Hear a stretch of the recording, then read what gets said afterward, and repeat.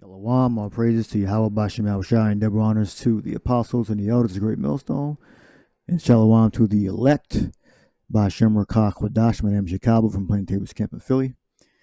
Now, apparently, Esau in the east and the west, they don't know how to agree to tell a lie. That's why the Bible calls the Edomites hypocrites, liars, Satan, the devil. All right. So apparently, a Ukrainian Nazi that switched sides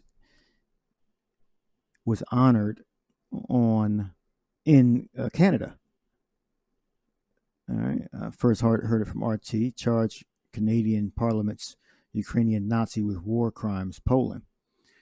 So he's saying he was fighting with the German Nazis, but then he switched sides. Apparently, and they're not saying when, but he's being called out for being a Nazi. Well, ain't that part of the reason why the Russians are in Ukraine? Because of a Nazi problem? It's very ironic.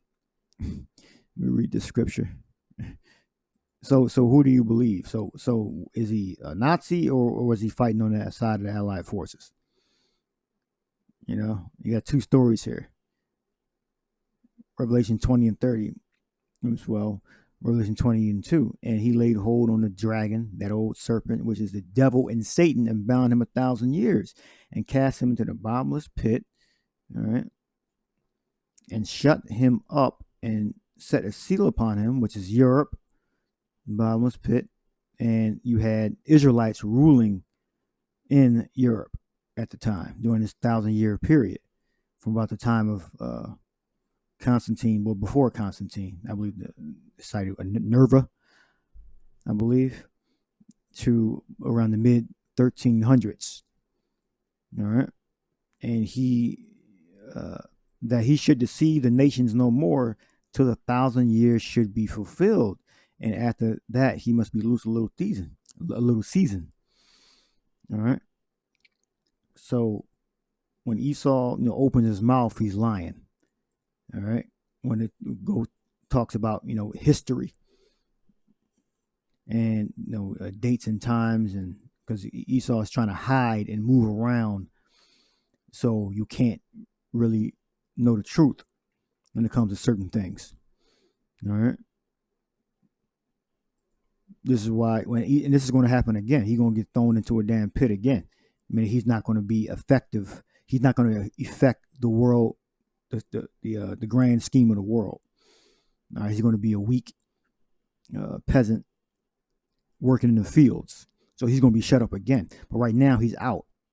All right. He's out lying, being an actor. All right. So here's this video here. So the Canadians honored him, but the Polish are calling him out for being working with the Nazis. So what the hell is it? Is he a Nazi, or did he fight with the Allied forces? So you can take this in a few ways. You can say that this is just a political theater. They're just acting, trying to desensitize you to certain characters that may be unfavorable to be either leaders or honored. Or you can look at this as them fighting each other. Because Esau moves around so much and tells so many damn lies, sometimes you don't know. So is he a Nazi or is he Allied forces? The Canadians honored him as an ally fighting on the side of the Allied forces in World War II. But the Poles are saying, no, this guy was a Nazi. All right, this is why you can't trust the devil. All right, you got to watch him.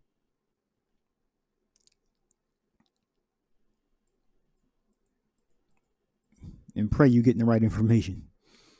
All right, let me play this video.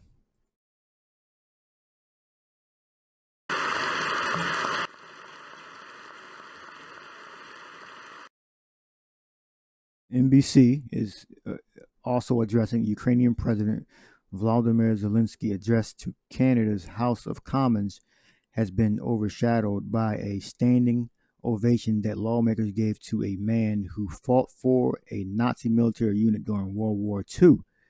So obviously they're either under the impression that he wasn't a Nazi or they knew he was a Nazi. So one or the other. You can look at it whatever way you want, or both. They're trying to desensitize us to, let's say, evil, unfavorable, unsavory characters. So when they bring in a new world order, we already used to seeing them, or they're fighting each other. This NATO military unit is fighting each other. I believe Poland is a part of NATO and they're part of EU, but Canada is not a part of EU. So they're together in certain ways, and they're not agreeing.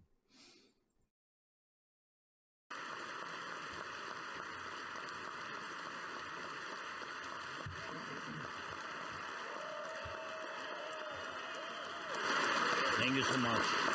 Here in the chamber today, Ukrainian-Canadian world veteran from...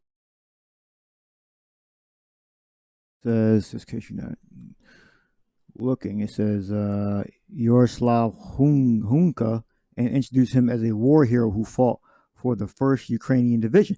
So he changed sides, apparently. All right, he changed sides. From the Second World War, who fought the Ukrainian independence against the Russians and continues to support the troops today, even at his age of 98.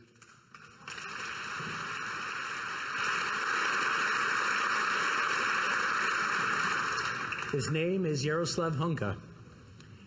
And I was going to say he's in the gallery, but I think you beat me to that.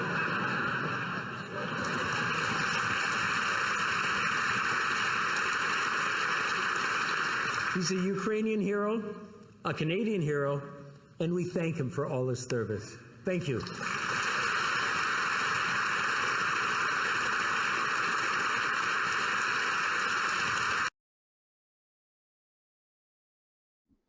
He says, wrote to subsequently acknowledge his error. I particularly want to extend my deepest apologies to the J communities in Canada and around the world, he said. All right. So apparently he changed sides, and it's ironic that the Russians are in Ukraine, and one element of them fighting is because of a Nazi problem. So, hypocrites says, for the congregation of hypocrites shall be desolate, and fire shall consume the tabernacles of robbery. They conceive mischief and bring forth vanity, and their belly practice deceit. That this is Esau, Edom, right there. Whether they're Ukrainian, Russian, British, French, Canadian, American, they all have this hypocrisy about them. This lie, this perpetual lie that they keep perpetuating about history. And the parallel history is readily available.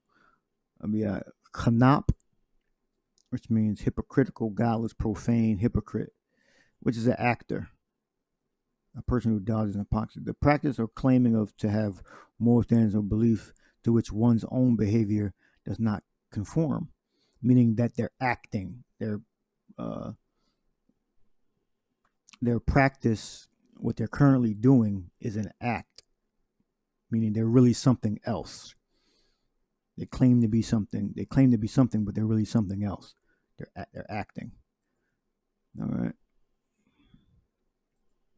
And this is the one of the main attributes of Satan. All right, and it gives you that in Revelation, the 20th chapter. All right, this is why Esau had to be locked up, because he's a liar. All right, so he was honored as a hero for the Ukraine, fought on side of the Ukrainian division that was with the Allied forces, but he also fought with the Ukrainian divisions that were working with the Nazis. All right. And then Poland called him out, said, this is a damn Nazi. This is a person who participated in an organization that was targeting Poles, was committing mass murders of Poles, not only in the military personnel, but also civilians. All right. That's the Hunka guy. Yaroslav Hunka. There we go. Yaroslav Hunka, 98-year-old Ukrainian Canadian, who fought for the 14th Waffen Grenadier Division of the SS. All right, responsible for the slaughter of millions of innocent people. All right, so that's who they're supporting.